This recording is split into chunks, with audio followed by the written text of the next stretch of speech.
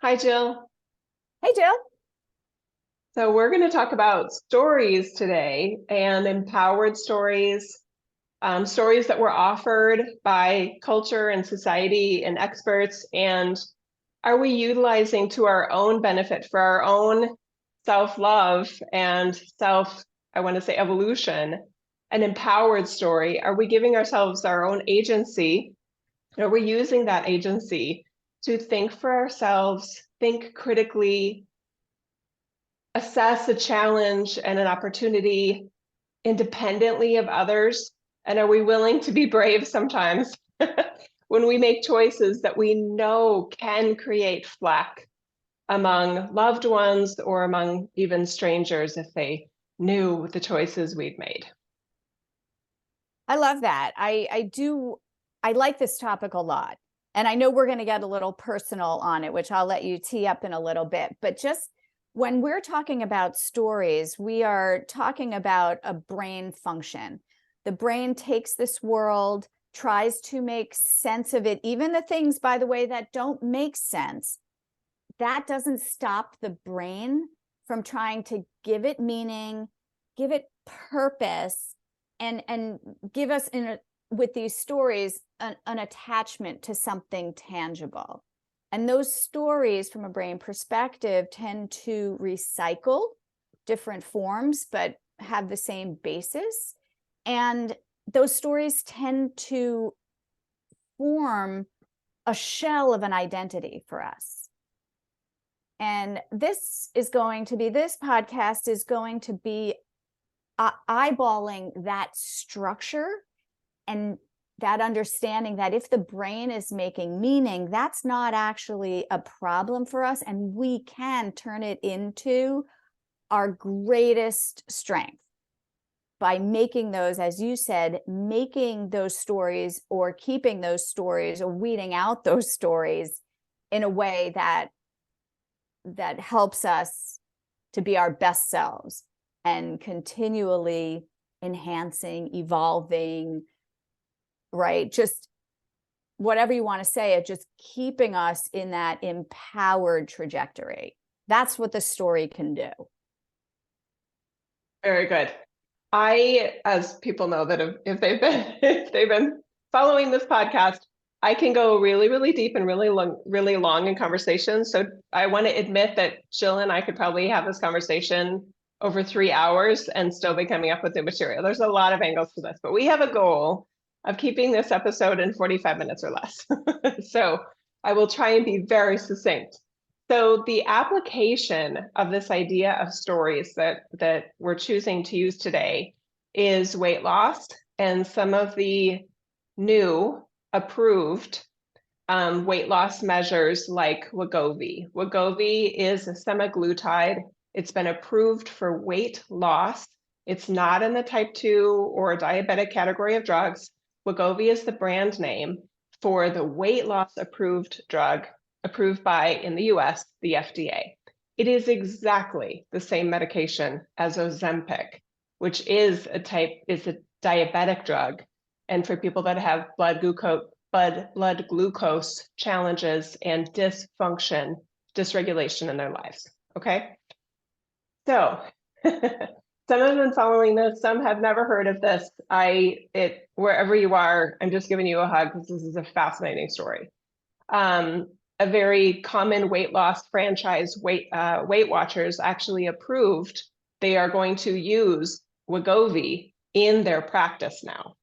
So rather than the counting Skittles and how many Skittles you can have and things like that to keep your points low, they've actually adopted this. That's how much that brand name believes in this process.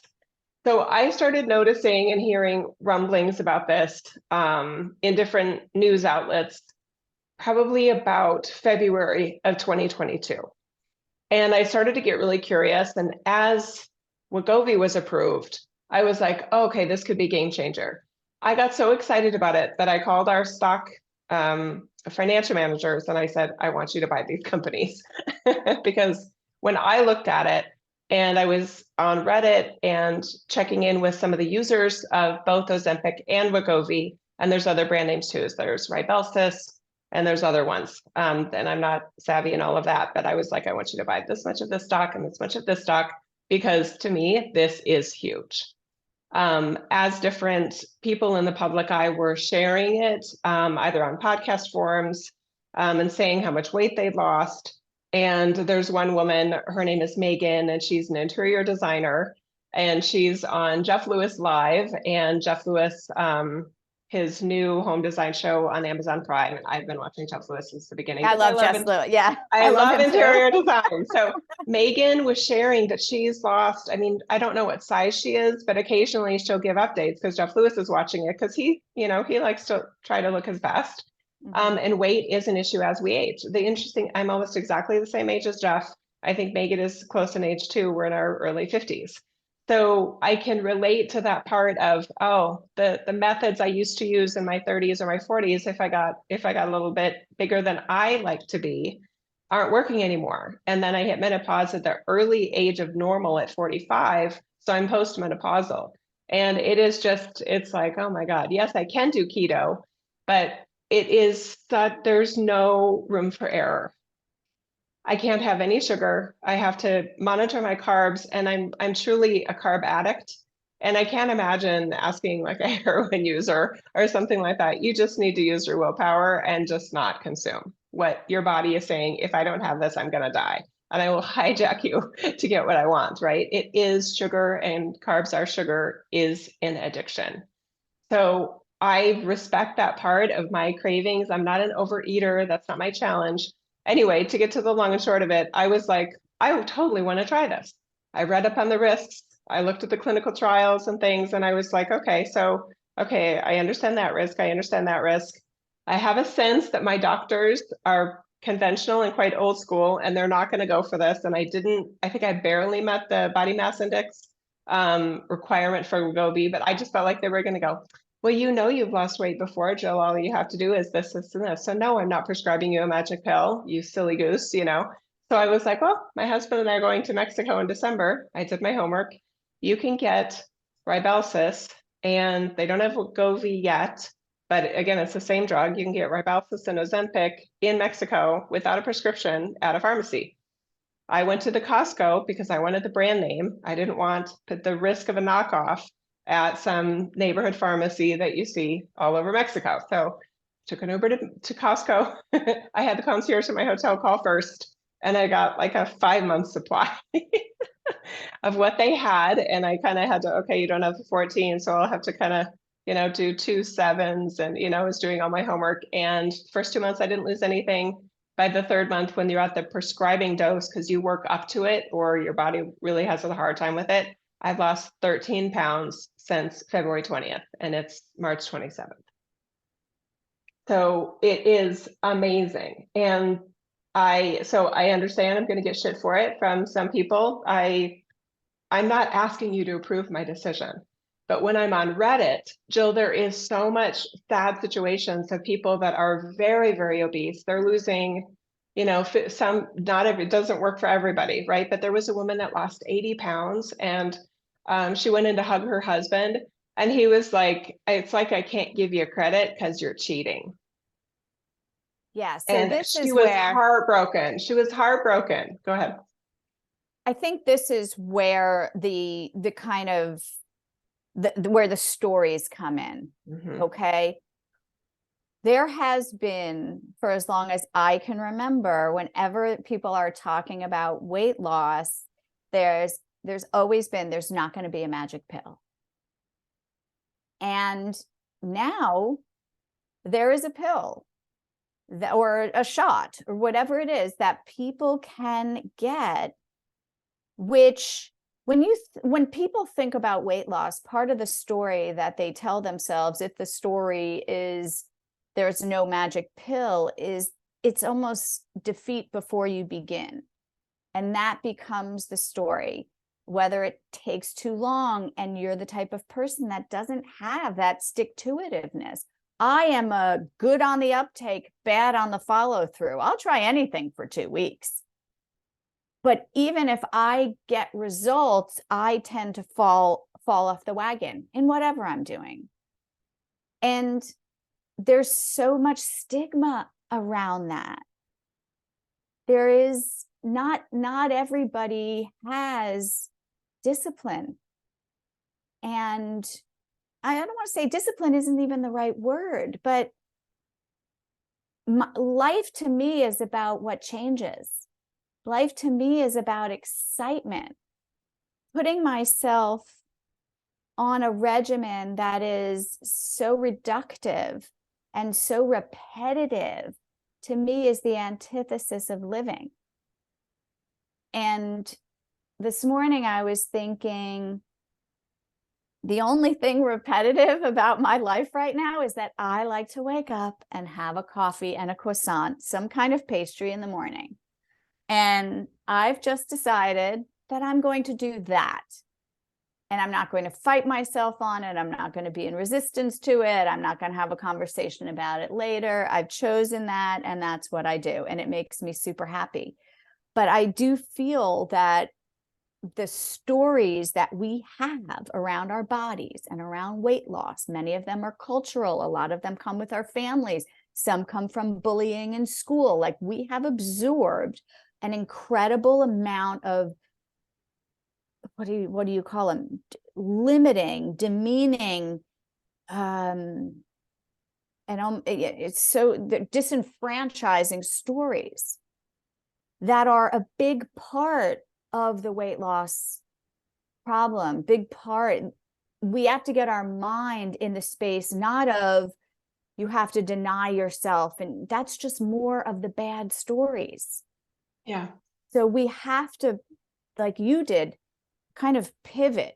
Cleaning out the stories is very, very important, even if you don't make any other change in your weight loss or body image regimen. I think the first thing we have to stop consuming and regurgitating are the negative stories. And I think that's, to me, that's my focus here, right? How do we look at them and use your example to say, what do I think about that? What am I thinking about her? What am I thinking about myself? What am I, that story about, you're cheating. That's coming from his own bad bank of stories.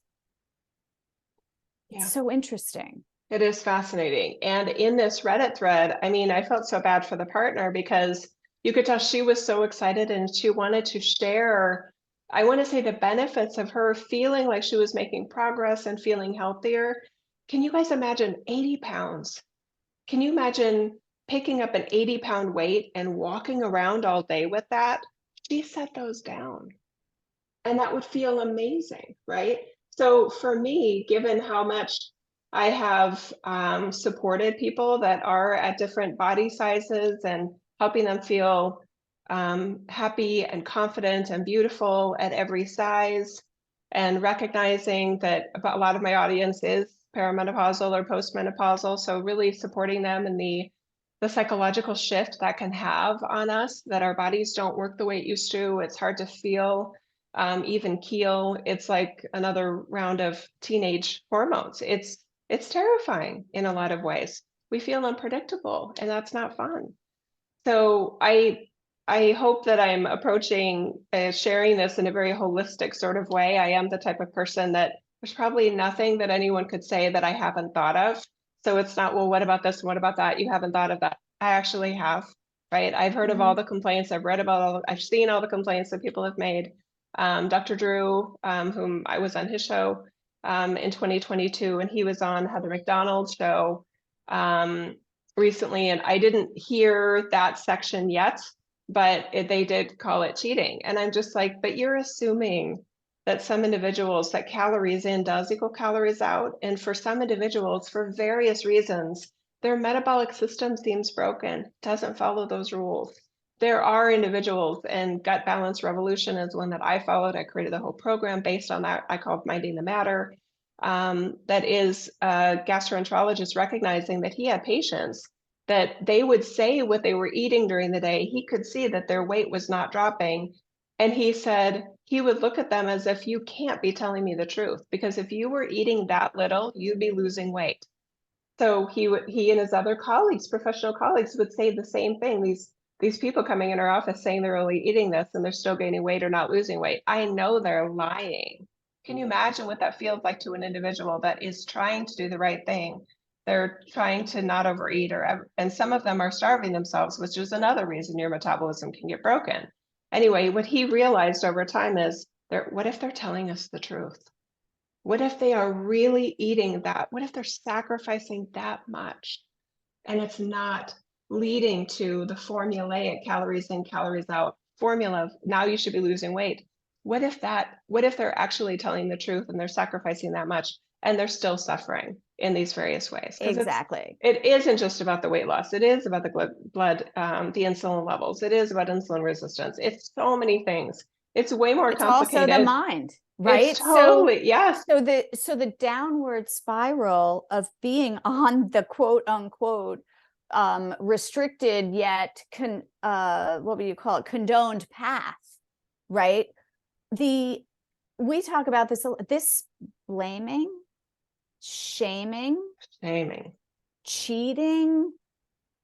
This is the narrative that we are trying to break. And I do think if the story, when somebody says, if you're on a drug, if you're taking a drug, whatever, you working for yourself and having benefits and then having a doctor or a spouse or a friend say something, this goes to the podcast we talked about last time. It's like, yes, we have this point where we muster our resources, our internal resources, and we say, you know what, I'm going to do this for me. And then somebody shoots one across your bow. I feel in those moments that shot across your bow is there for you to double down on you. But what tends to happen, because we have a story in there that the validation somehow is required, when somebody shoots one across our bow, the deflation can have us abandon ourselves almost overnight. Exactly. And you could actually stop taking that drug, regardless if you are seeing benefits. So this is a two-tiered process that we're talking about. It's how you got to the point where you want to do this for yourself, how you stay committed to yourself, regardless of what culture is telling you. And by the way, if somebody's, coming across your bow, think about that. Jill and I have talked about, think hard about that relationship. That should be a little bit of I got to wake up here. Mm-hmm. I have to see this with eyes wide open. Yeah.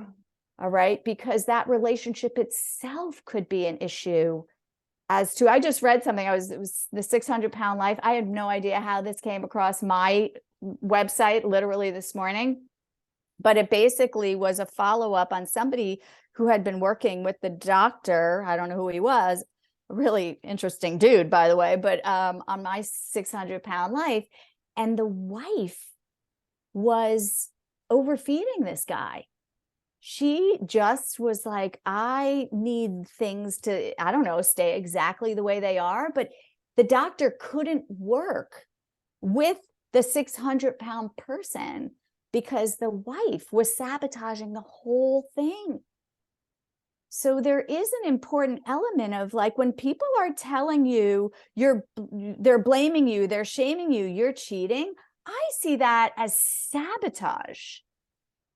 Like, that's when we get busy, mm-hmm. right? That's when we look at the relationships in our lives. We look at the doctors we've chosen. We look at, this is a recalibration we're talking about.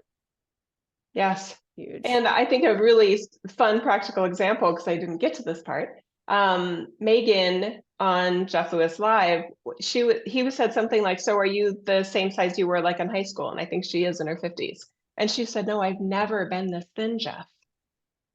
What? And okay, so if someone tells you that they are not scarily thin, good, healthy, wow, good for you. Well, here's my good part. They're thinner than they were in high school. They've never been able to be that thin for whatever reasons. And they now are their kind of dream weight that they never thought they'd get to. And they tell you they used, and she's using Manjaro, which is not a semaglutide, it's a different one. That I would be doing. It'd be given my research, I would actually prefer to do that one, but I can't get that. And they don't have it improved in Mexico yet, but that's nice. Anyway, so what's your first thought when someone is achieving that goal, their personal goal, that's their goal, that's nothing to do with you, and they're using Manjaro? Are you A, happy for them and say, "Oh my God, that's so great, I'm so happy for you"? Is it B, I'm mad at you because you're not suffering, in order to, realize your dream, or C, something else? Me, my natural way that I operate now, I'm not jealous, I'm not mad, I'm just happy because she's happy. She's not hurting anyone else. Manjaro, that's where it gets a little tricky because Manjaro hasn't been approved for weight loss yet, but I mean, based on all the research, it's FDA fast tracked for a Wegovy version of Manjaro, and then I won't be taking anything away from the type 2 diabetes community. I completely understand that that's a problem, and I'm very upset about that too. I'm sad about that too. Yeah. But anyway, so that's something to think about. Are you happy for another person? Because your ability to be happy for another person directly relates to your being happy for yourself. And some people at any weight are not happy. Their dream weight, they're, "Oh my God, I never thought I'd be this big weight." They're just not happy people.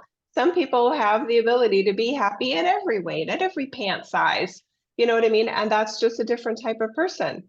I want everybody to be the person they want to be. And I'm excited that technology is here. And some people, I mean, the one thread or not thread, but criticism, well, other than the type 2 diabetes thing, which is real, I heard, was, "Well, you're gonna, you're just gonna gain the weight back." I'm like, "Not if I stay on it forever, I won't. I'm on thyroid medication for the rest of my life. I'm on asthma medication. So what? So what? I have the means to get to Mexico, wherever I need to go to get what I need. And that's okay. So I think these are temporary problems in terms of the I agree. shortages, in terms of those things. And I think you're highlighting that, let's say you are a person who struggles with your weight, whatever form that takes, even if it's just mental, and you see someone who has lost weight, or who maybe is naturally thin. Are you happy for that person? So this is a really important aspect, because energetically these things happen in loops. They're all connected.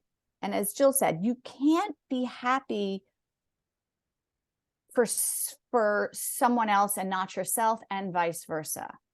That door must swing both ways for your energy to be clean. And your energy must be clean in order for change to happen. That is the way things work. It's almost like, and everybody's experienced this in some form, when you stop caring is when the shifts begin. When you're holding on too tightly and you're muscling things and you're seeing everybody through a lens of that person's better than me in some fashion, you're stuck. You're stuck in your brain. And when you're stuck in your brain, I would offer nothing new can happen. It can only recycle old thoughts, old feelings, old stories, old drama, old trauma. So there is a certain amount of blinder capacity that you need in order to revise the story, keep out what doesn't jive with your newly gelling story. So that woman that you spoke about was beginning a new story of herself. Something was emerging. And that guy pushed her backward down the stairs and shut the door. Mm-hmm. That involves a whole nother, I gotta climb those stairs again. I gotta, like, what are we doing to ourselves and to each other? So I would offer, listen to the podcast. What was it? I don't even know what it was. Listen to the podcast we did last week or 2 weeks ago. Just about not letting other people's juju in your juju, especially when you are actively working on updating the story. Yes, I'm just looking at what we called that one last time. New options. I mean, I had my version of it, but new options for hurtful words. Basically, are your feelings getting hurt? You know, it was that one, right? Yes. Something about hurt feelings. Do words, sticks and it's stones. Perfect. Okay, yeah, there we go. Something that about sticks and stones can break my bones. Yes. So that's also a big directly part related. Of this. It is directly related. And these fledgling narratives that we're creating to uplift us need to be nurtured. Mm-hmm. They need to be like a plant that you just put a seed in the ground, and you need to give it the time to let it germinate. You need to water it. That may require a little, like a real shutting off the TV, shutting off whatever it is that's impinging, that's bringing the old story back into your awareness. Yep. I mean, economically, and this was what I was writing to our financial person. Economically, this is huge because obesity is a growing problem in all advanced modern societies, right? It's for various reasons, some of them not easily fixable. So this whole debate about you're taking something away from type 2 diabetics, a portion of these folks are on their way to being type 2 diabetic. This solution, if it is what it's looking to be like, could actually decrease the incidences of type 2 diabetics, which is great news for everybody, right? Are there trade-offs? There's always trade-offs. There's trade-offs with everything. Yeah, I'm not that, I'm not that broken up about the supply chain right now. That piece isn't killing me. I think that's totally fixable and totally temporary. And, I look at why people are saying that more than anything. I am just, again, to me, that's an inability to be happy for someone, right? It supplies the narrative of you don't deserve this. I just think, I don't know. I just think mentally I'm not there. I just feel like everybody's entitled to the same things. And I think that will be fixed. I think that's totally fixable. I don't know why we would have a shortage I don't know why there would be a shortage. It actually makes no sense to me. I'm so excited. I'm so excited about this for anyone that wants it, right? If somebody's happy in a size 14 or higher pant size, those are US pant sizes, awesome. I'm so happy for you, right?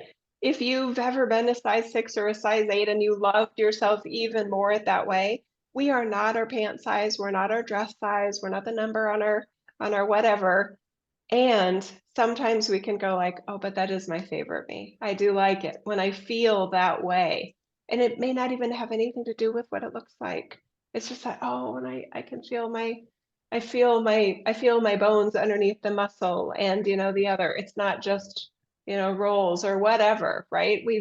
And this now it relates to the whole stories about we're supposed to embrace and be happy for everyone being every size. And I am happy if they're happy. But I don't want to be like, no, you should be happy when someone's not happy. And that's been a weird thing I've noticed over the past 2 to 3 years, is this sense of, well, you should love yourself at every size. And somebody's like, yeah, but I would rather I'm this size.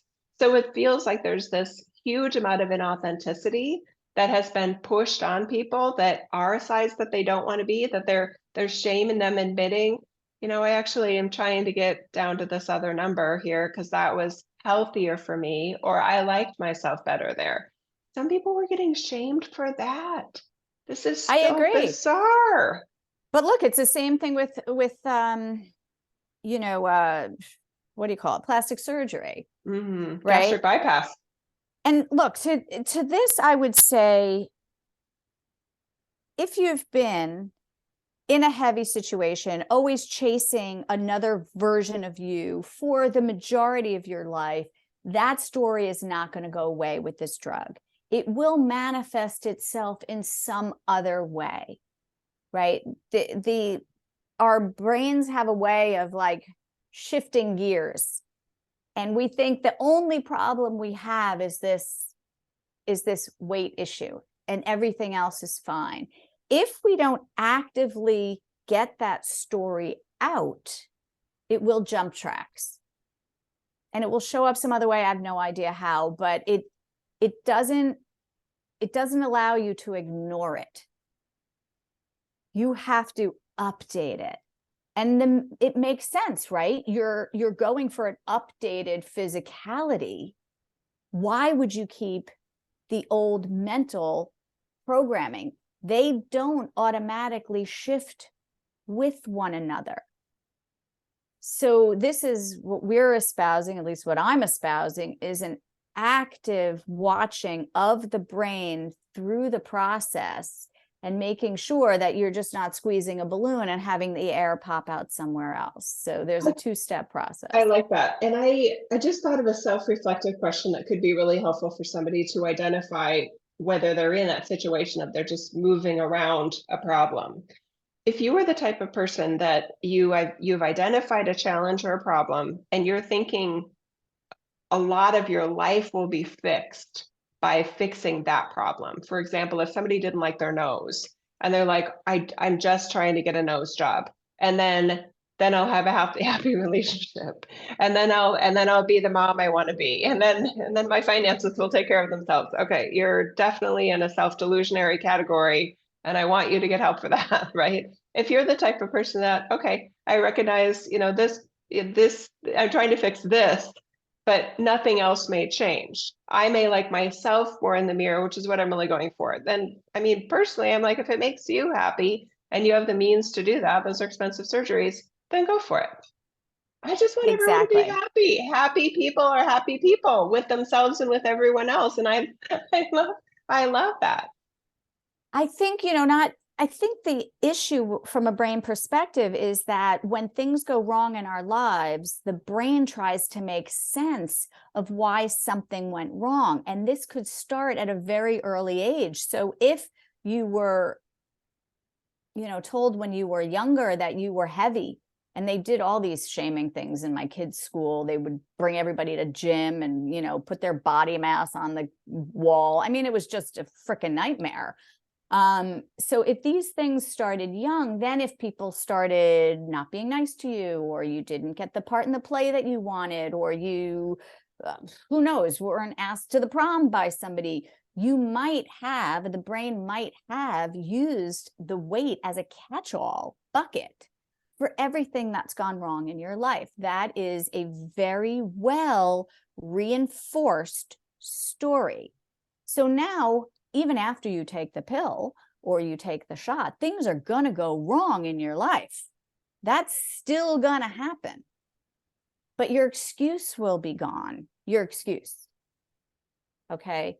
So now your brain, this is the jumping ship part, your brain is going to look for another excuse. Well, okay, maybe it wasn't your weight because you fixed that thing. Maybe I had it wrong all this time. Maybe it's X. That's my nose. Maybe it's my personality. I don't really know what you're going to blame next, but it's going to keep you in the same, I'm going to say, insecure state. So understand, like you were saying, Jill, how many problems are you trying to solve with this new intervention?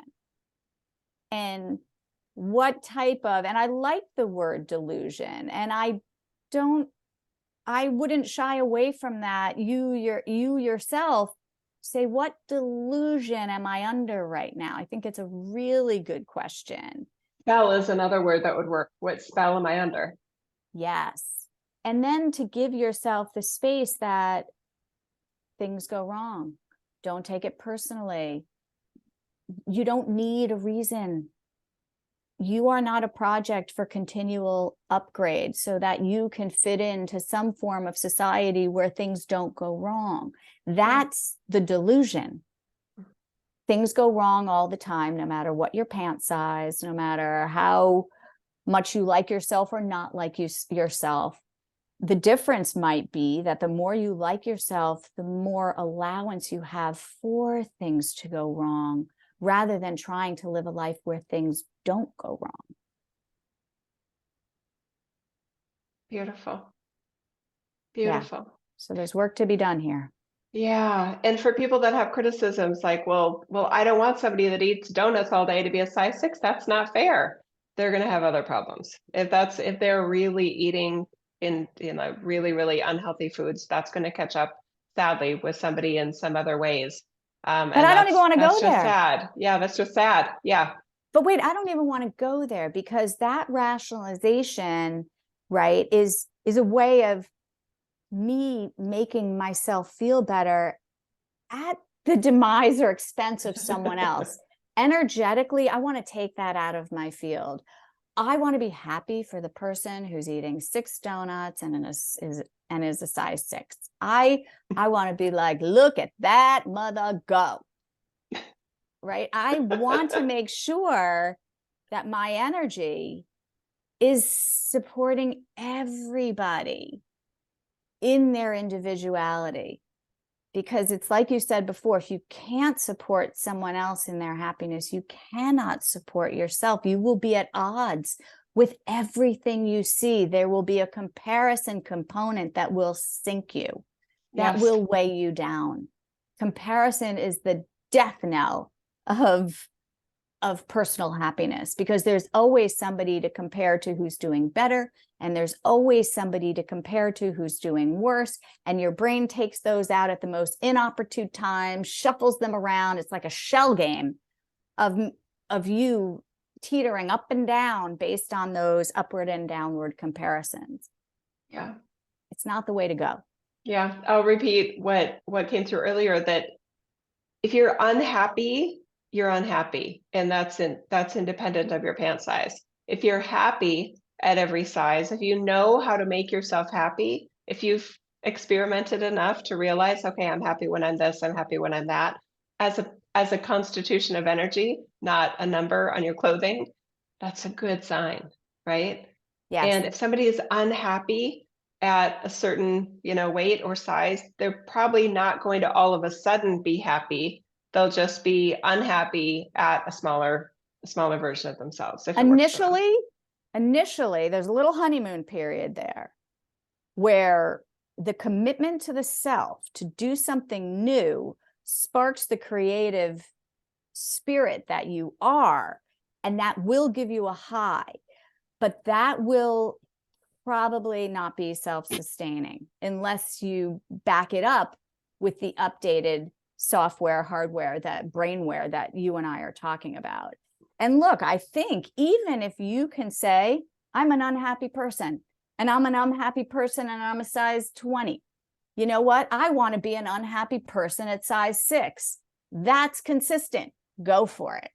That's not you fighting you. That's actually, oddly, a whole clean energy, because you're not trying to solve, you're not trying to fix, what do I say? You haven't misidentified a problem and misidentified a solution. You're actually not going for a solution. You're like, I'm unhappy and I want to be an unhappy size 6. I love that. Do that. But don't try to split yourself and say, I'm unhappy as a 20 and I'll be happy as a 6. That leap doesn't, I don't know. It's energetically, that's not a chasm that can be leapt over. Beautiful. On that topic, I love this approach. I've used it with my clients a lot. Is if you're somebody that has this maybe decades long approach of I'll be happy when, but you're not happy now, write out that list. Really write out that list. And I'd like you to go, that's not true. That's not true under every single thing you wrote down, because your happiness is never truly after something has been gained or after something has been realized. Your happiness is available to you in every moment of your life.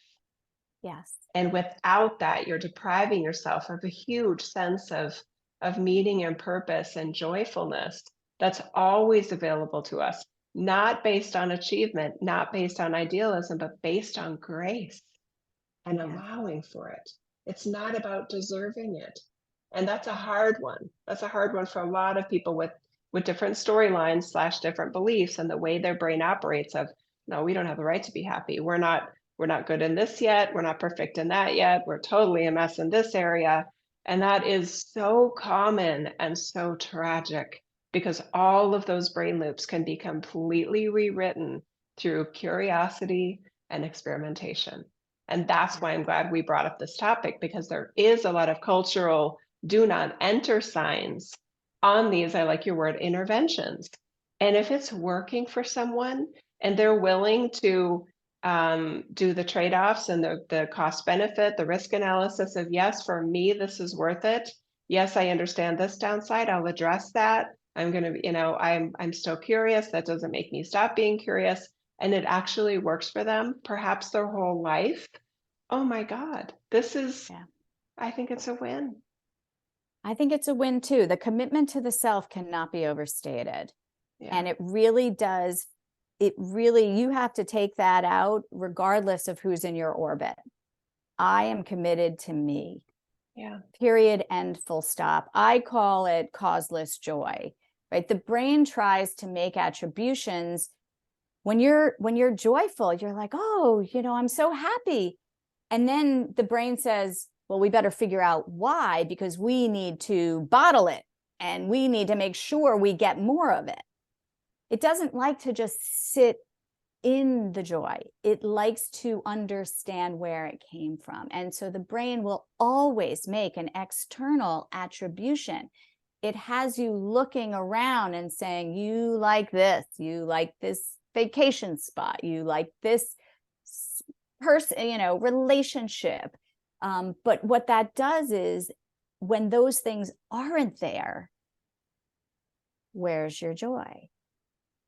So it's a very more, I need, and a very disempowered way of looking at what happiness is. The brain doesn't know why you're happy. You don't need a reason to be happy. It's such a, look, the brain is a tricky organ that we've let almost like run itself. Yeah. And, you and I are espousing, no, that thing should not be running itself. And we really need to take ownership of it. We need to weed out the stuff that isn't working. We need to take another cold, hard look at this thing. And I think we can do it. I don't think it's that complicated once you realize where to look. And I think that's why a lot of our podcasts, and we try not to overlap, but a lot of our podcasts overlap because the brain is the underlying common denominator in everything we're talking about. And these are we're offering different ways, inroads to watch what your brain is teeing up. That's really what we're offering every time we do a podcast. Beautiful. The other little thread I'd like to add, and it does feel like we're coming up on our 45-minute goal here, is there are going to be some humans that, for whatever reasons, are more early adopters. Those of you that are always and I don't mean this in a negative way, but you're always let me let a whole bunch of people do it first before I will ever feel comfortable with it. If you did not have the first electric car and you're still on the fence about it, this is something like the example we're giving with these trizeptopine, I think is the Manjaro, and the semaglutides family of products, that you're probably not going to be jumping on this in the next 2 years, and maybe not the next 15 years. If you're more of a wait and see, let me make it, let me see it get mainstream, and then I'll feel more comfortable with it. That's totally fine. I am willing to take risks, and I have benefited. So that's gone well for me in my life. I tend to be an early adopter with technology, and we had one of the first Priuses and one of the first Teslas, and it's just what my husband and our family are by nature. Maybe not one of my kids, but so some people are going to go, oh my God, this is so exciting. And yes, there's risks. Let me look at those risks. Let me assess, let me critically think about those risks and critically think about the benefits and make my own decisions. So if you're an early adopter, please also keep that in mind, that those that are not early adopters, they will probably never be on board with you. So here's my solution. Don't ask them to. You don't even have to tell them about it, right? Oh God, you're doing those cell phone things, right? In the late 90s, landlines, I can't believe, well, what are you going to do when the power goes out and you can't charge? I mean, there's just always going to be that crowd. What are you going to do if you can't charge your car? I mean, there's always going to be that group. I feel no ambition to try and convince them, because my sense is, even if I did have my answer, my critical and I think intelligent answer for them, it's not going to go, oh, well, okay. They're just going to go, oh, I don't know. Yeah. I love you. Be you. You be you. I'll be me. It's all good. I think for the people who are late adopters, they don't want people to be early adopters. Oh, this is big. That's a very profound. big part, because I'm also an early adopter of things. And I am never popular in the things that I just laugh, because 10 years later, it's totally mainstream. But when I started it, man, it was like, I always say the first one out of the gate gets bloody. That's just the way it is. But I do find that people would be uncomfortable with my comfort of going out ahead of the game.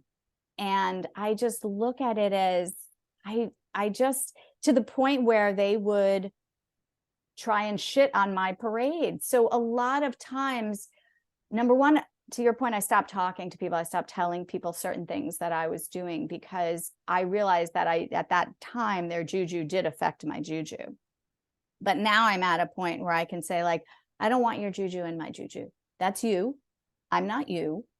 You can do whatever you want, but why would you get in my space? Why would you legit say something like that? People, I do think, I'm not trying to convince them, but I do think people need to be checked. And I'm very comfortable doing that. That's so big. I'm always like, why would you say that?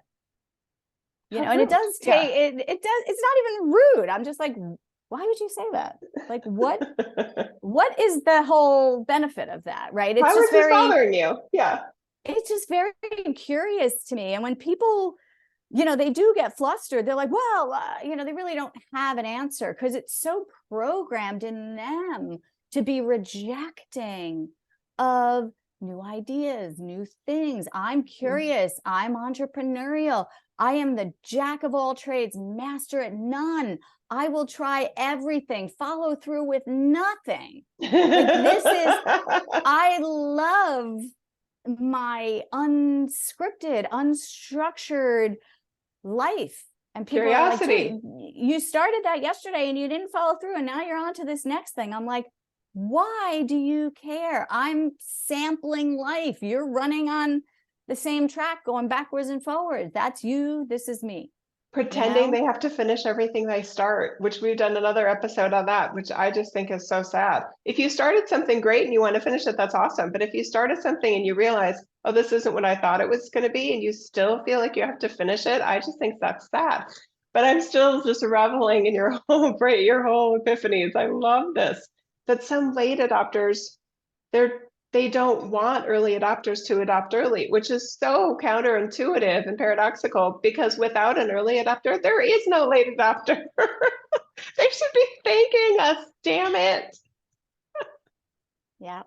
Ah, No, nobody's really fine. very thankful. And then you add doctors to that, right? Who have Oh, built their practice on a very specific structure. It takes mm. a very strong individual to pivot.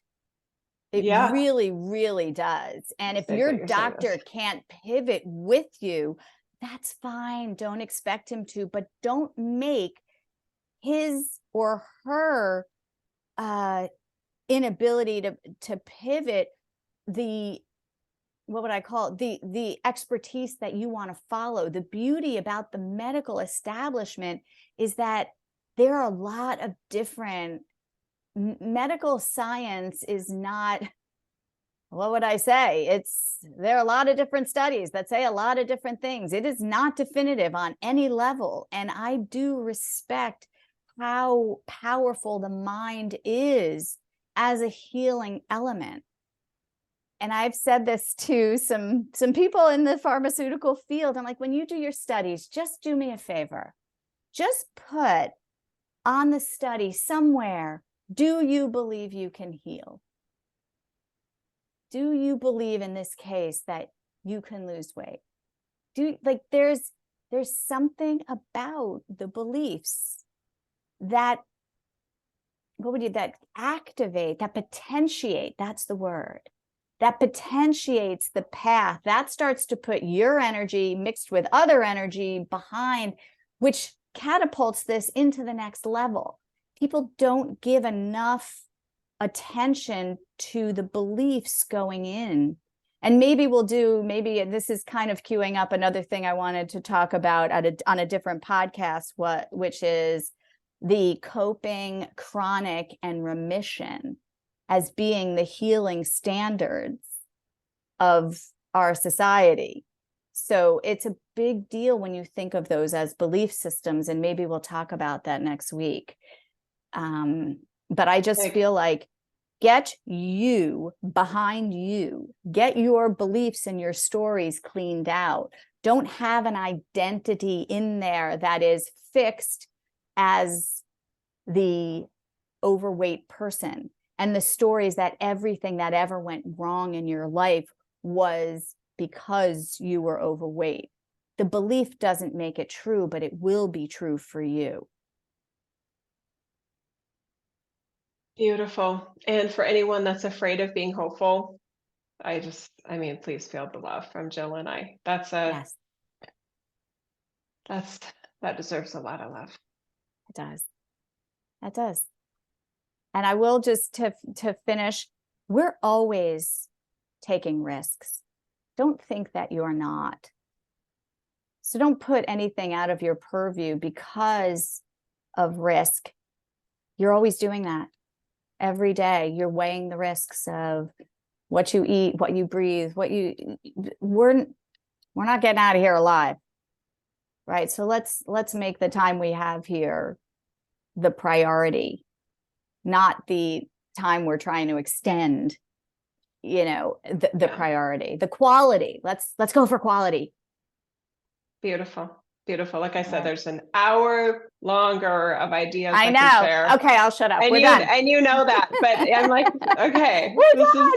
is putting an ending on this. I know people have a lot of questions, possibly do your own homework, realize the biases and the brain patterning that's going on with some of the sources that you're looking at. Some are late adopters, some are early adopters, some are, oh, it's, you're going to have this side effect and this side effect. No, what if you don't, just because someone did? And for some people, some of the side effects are manageable and more than worth. The benefits still outweigh those costs, and it's still worth it for them. So you get to decide for yourself what options to pursue in any situation in life, and give yourself that permission. Be ready for someone else's slack if you choose to share it with them. Possibly think of loving retorts for them of, well, I'm not asking for your approval, but I see you disapprove, and I'm okay with that. I'm okay with that, right? You can have very non-snarky responses that just let you be you while you're letting them be them. Yeah, I like that. And most of all, have fun with it. Everything that we're bringing out here, we want you to have fun with the curiosity. We want you to Yeah. Just lighten the mood. Right? Yeah, it's exciting. It is exciting. All right, it's a wrap. Bye, everybody. Thanks, Jill. Thank you.